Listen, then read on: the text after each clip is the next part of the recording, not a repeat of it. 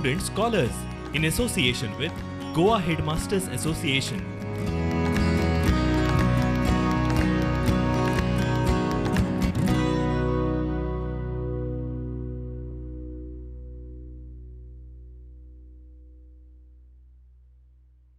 Hello everyone.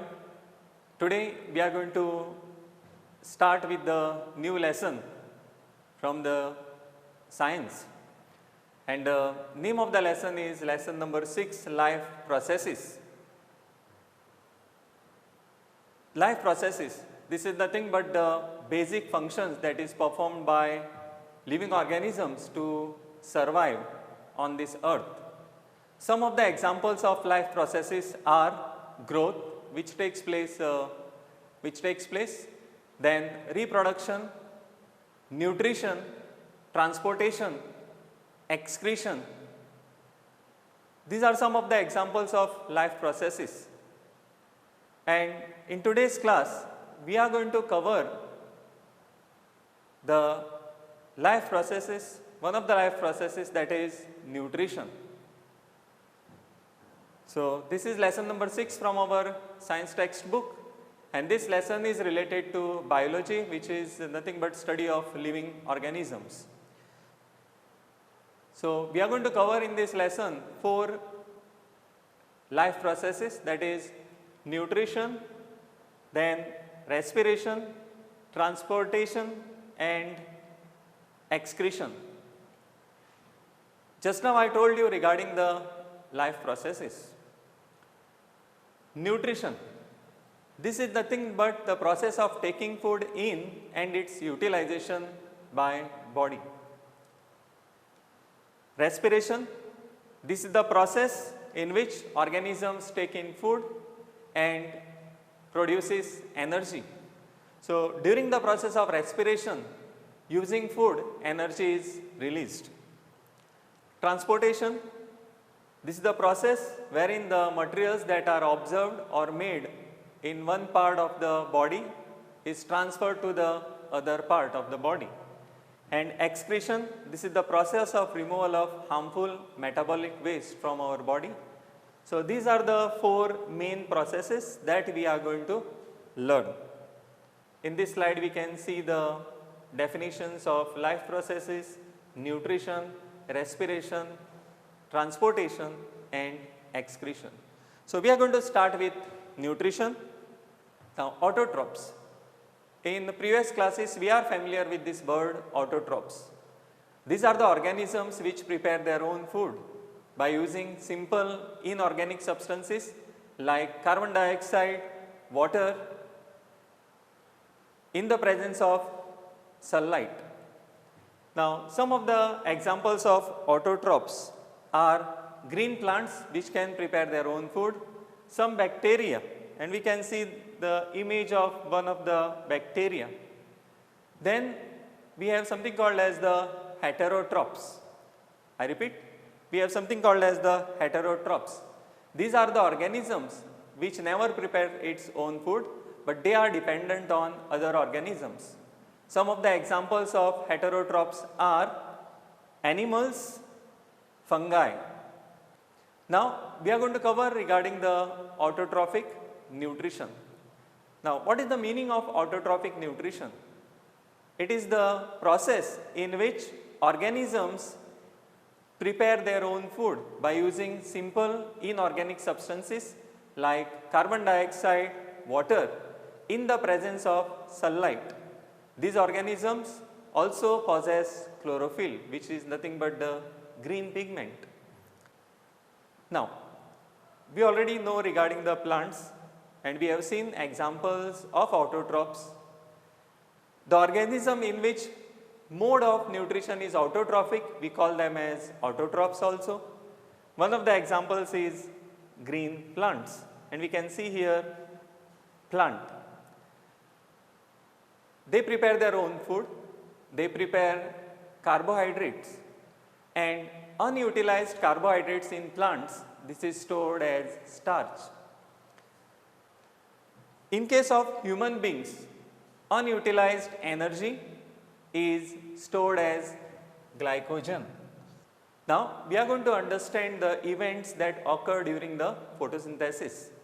Photosynthesis, this is the process by which plants, green plants prepare their own food using simple inorganic substances like carbon dioxide, water, and they convert it into stored form of energy in the presence of sunlight, and these plants must possess chlorophyll, which is green pigment.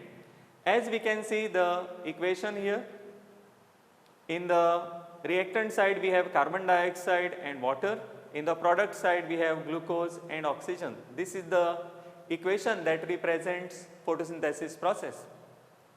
In this equation there are two reactants, carbon dioxide and water, two products, glucose and oxygen.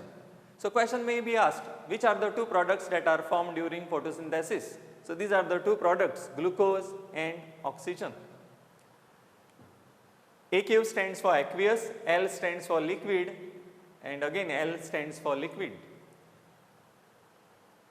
Now, let us understand the events that occur during the photosynthesis. There are three events that occur during the photosynthesis. One of the events is absorption of light energy by the chlorophyll. As we know that green plants consist of green pigment called as the chlorophyll.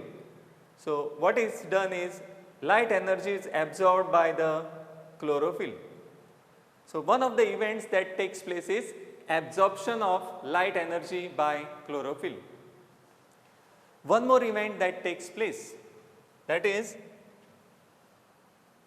light energy which is absorbed, that light energy gets converted into chemical energy, and water molecules splits into hydrogen and oxygen.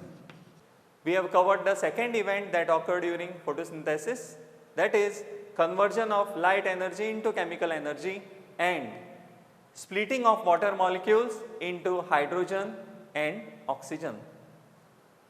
One more event that occurs during the photosynthesis, carbon dioxide. This carbon dioxide gains hydrogen. I repeat, carbon dioxide gains hydrogen, and this carbon dioxide gets reduced to glucose or carbohydrates. I repeat, reduction of carbon dioxide into carbohydrates. So, these are the three events that occur during the process of photosynthesis, and we can see all the three events here, the statements we can see here. Next. Now, all these events may not occur simultaneously, or all these events may not occur one after the other. One of the examples to understand this is of desert plants which are found in desert. So, what desert plants, what they do? They take carbon dioxide at night and they prepare an intermediate food. They will not prepare the final thing, but they will prepare the intermediate food, and on the next day when the chlorophyll absorbs sunlight, after that, after absorbing sunlight, they prepare the food. In desert plants, all the events will not occur one after the other. Okay? We have seen the example in case of desert plants just now. Now, let us understand the cross section of a leaf.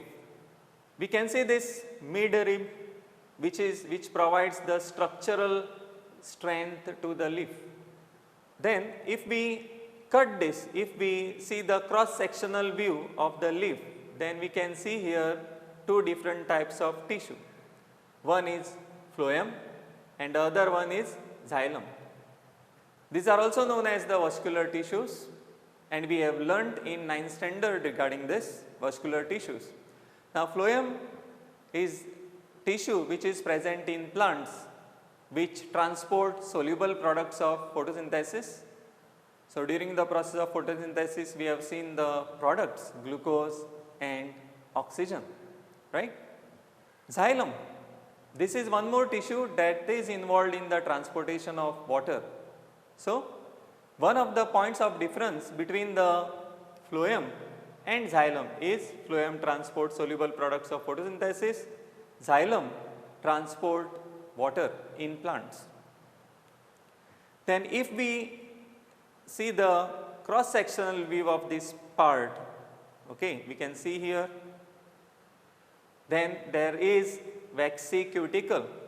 Now, this prevents, it has its function, it prevents the loss of water, it never allows the leaf to lose water, okay, to lose more water.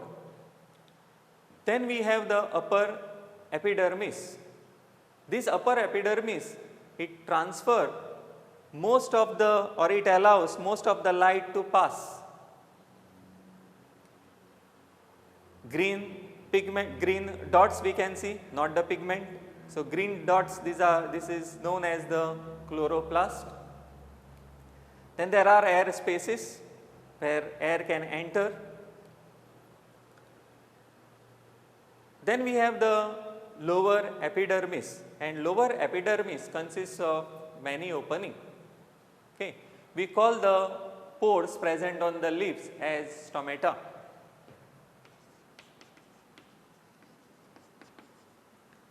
Stomata.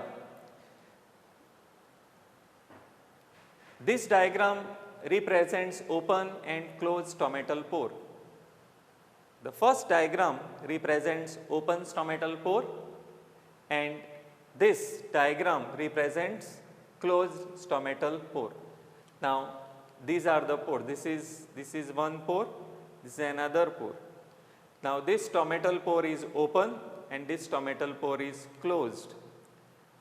And around this stomatal pore, you can see this.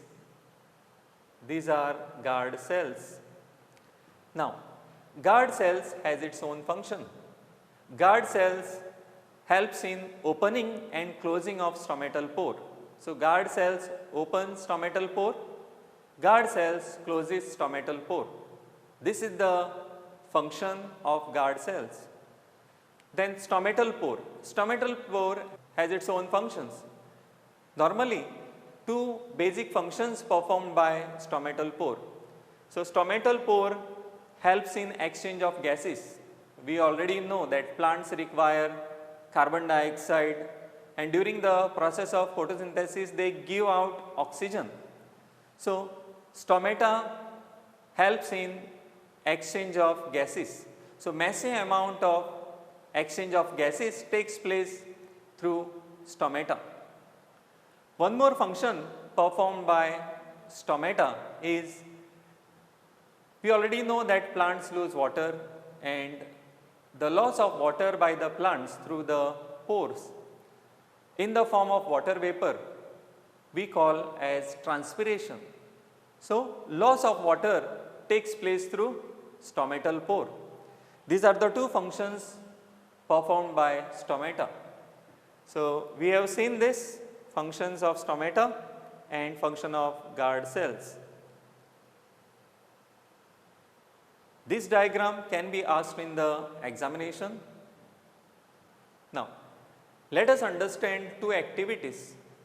One of the activities is, in this activity we will learn that chlorophyll is essential for photosynthesis. So, what we have to do? We have to take the potted plant having variegated leaves. Variegated leaves means the leaf having or the leaves having different color patches, especially green and white. Such plant is money plant, or we can take the croton plant. We have to keep this plant in the dark room for 3 days. Now, once we keep this plant in the dark room for 3 days, this plant will utilize the starch which is stored already in this plant. After 3 days, we have to keep this potted plant in the sunlight for 6 hours so that this plant can prepare its own food. After this, we have to pluck a leaf and we have to observe the leaf. there will be green color patches and there will be white color patches. So, we can make use of the tracing paper. Tracing paper must be kept on the leaf and we can draw the rough diagram of that leaf by keeping tracing paper on the top of the leaf, and we can mark the shaded areas especially green color. Now, once we do this, keep the tracing paper aside, make use of that leaf, make use of this arrangement wherein we are going to make use of water in a beaker, stand, wire gauze, burner. We must heat this beaker and when we observe the boiling of water, when water boils, at that time we have to introduce that leaf in this beaker. Now, why leaf is kept in water which is boiling? Once we keep this leaf in water, boiling water, the cell membrane of the leaf, it breaks. At the same time, cuticle, we have seen regarding the cuticle, it becomes soft. Okay. Next, we have to remove the leaf and we have to keep that leaf in alcohol. In this case, we have to prepare the water bath. The water bath, as you can see here, in this beaker already water is present and that leaf now we have placed in alcohol, that is in test contains alcohol, and we have to heat the water till alcohol starts boiling. Okay. Once alcohol starts boiling, we have to keep the leaf for some time and we are going to observe that the green color leaf, that leaf will lose its green color. So, leaf will become pale, it will become dull. Now, why it will become dull? Because when we heat this alcohol, when alcohol starts boiling, alcohol will remove the green color pigment which is nothing but chlorophyll. So, at the end of this part of the activity, the color of this becomes green because leaf will lose its chlorophyll. We are understanding this activity that chlorophyll is essential for photosynthesis. So, after this we have to remove the leaf and we have to make use of the iodine solution. Now, iodine solution is used to detect the presence of starch and we have to keep the leaf in iodine solution. So, iodine solution can be taken in one of the test tubes, dip the leaf in iodine solution, after some time remove the leaf, rinse off the iodine solution and only the green color patches of the leaf, it will turn blue-black. So, these are the steps. As we can see here, this is the original leaf which was having the green color patches, only that part turn blue-black here. So, this indicates that the part which was green in color, that part only produced food. So, with this activity, we understand that chlorophyll is essential for photosynthesis. So, we have seen this activity wherein chlorophyll is essential for photosynthesis. Let us learn now carbon dioxide is essential for photosynthesis, as everyone knows. So, next activity is activity to understand that carbon dioxide is essential for photosynthesis. Now, in this activity what we have to do? We require 2 potted plants. Now, these potted plants may not be having the variegated leaves. Okay. So, we have to take 2 potted plants. Again we have to do the same thing. We have to keep both the potted plants in the dark room so that it utilizes the starch which is present. So, we have to keep these potted plants for 3 days in the dark room. So, starch will get utilized, these plants will utilize the starch which is stored. Next, after 3 days, we have to remove the plants and we have to keep those plants under the sunlight. Now, before keeping the plants under the sunlight, we have to do some arrangement. So, what we have to do? We have to take 2 plates, 2 plate घेवपाच्यो, and on each plate we have to keep the potted plants. At the side of one potted plant, we have to make use of the watch glass in which potassium hydroxide is present. Potassium hydroxide is an example of base. So, we have to make use of the potassium hydroxide and we have to cover both the potted plants separately with the help of jar, with the help of bell jar. This potassium hydroxide is used for one purpose.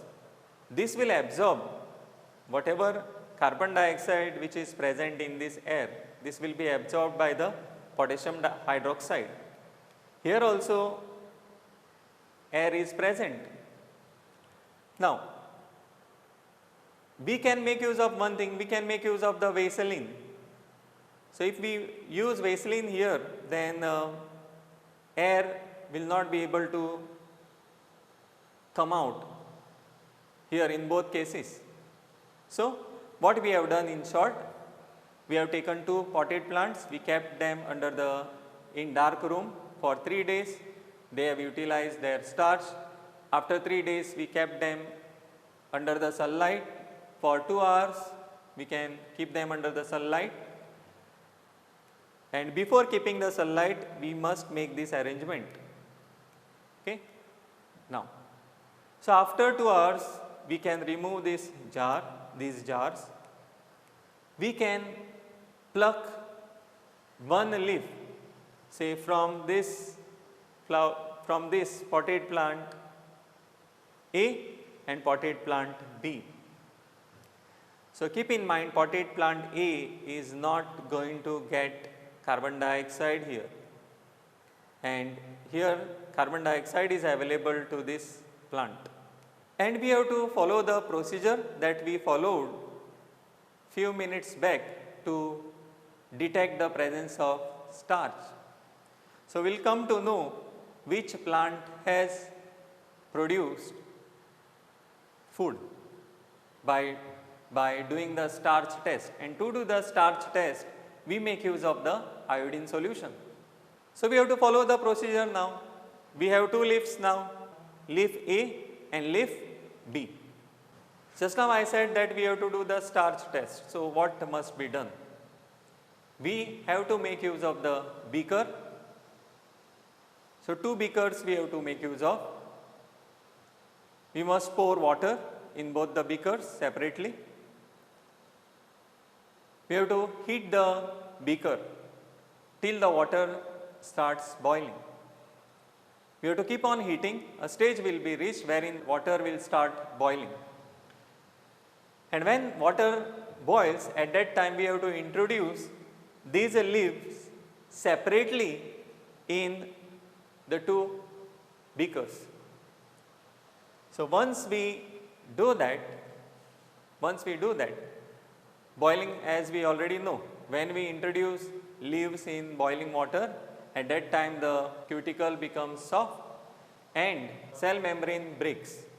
So, what will happen if the cell membrane breaks?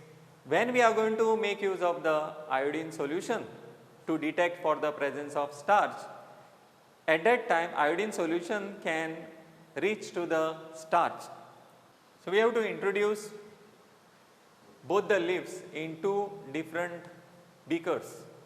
In both the beakers, water will start boiling, a stage will be reached wherein water will start boiling. So, we have to introduce both the leaves separately into separate beakers. A stage will be reached wherein, as we already know, what will happen in the leaves? Cell membrane will break and cuticle becomes soft, will become soft. We have to remove both the leaves and introduce two leaves separately in alcohol, and we have to prepare the water bath. Now, water bath, we have to take the container. For example, we can take the beaker, pour water, and we have to make use of the test tube in which alcohol is present, and in that test tube having alcohol, in that test tube we must dip this leaves separately. We have to keep the leaves in alcohol till the alcohol starts boiling. And after that, we already know that boiling of alcohol, when alcohol boils and if leaves are present, then a stage will be reached wherein leaves will become pale. Why they will become pale? Because leaves will lose its green pigment, and alcohol, it will become green in color because of the chlorophyll. After removing both the leaves from the alcohol, we have to introduce two leaves separately in iodine solution.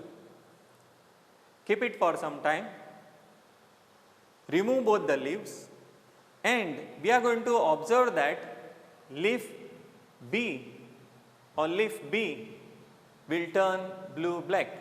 So, if leaf B turns blue-black, we understand that leaf B has produced food or starch is present in leaf B, whereas we will not see any change here in case of leaf A. So, leaf A here, this leaf A will not prepare its food because of carbon dioxide which is not available to this. Okay. So, these are the steps that we have followed to understand this activity, and based on this activity we conclude that carbon dioxide is necessary for the photosynthesis process to take place. So, we have seen two activities wherein chlorophyll is essential for photosynthesis and carbon dioxide is also essential for photosynthesis. We already know that carbon dioxide is absorbed or taken by the plants from the air, but plants also require other substances like other materials like nitrogen, phosphorus, iron and magnesium. Nitrogen is required by the plants for synthesis of proteins. Nitrogen is taken by the plants in two ways, in the form of inorganic compounds such as nitrates and nitrites, and in the form of organic compounds which are produced by the rhizobium bacteria which lives in the root nodules of the leguminous plants. So, they produce one compound in which nitrogen is present, and that compound is absorbed by the plants, and in this way they get nitrogen. They also require phosphorus, plants also require iron, and they also require magnesium. In this session, what we have learnt? We have learnt regarding the autotrophs, autotrophic nutrition,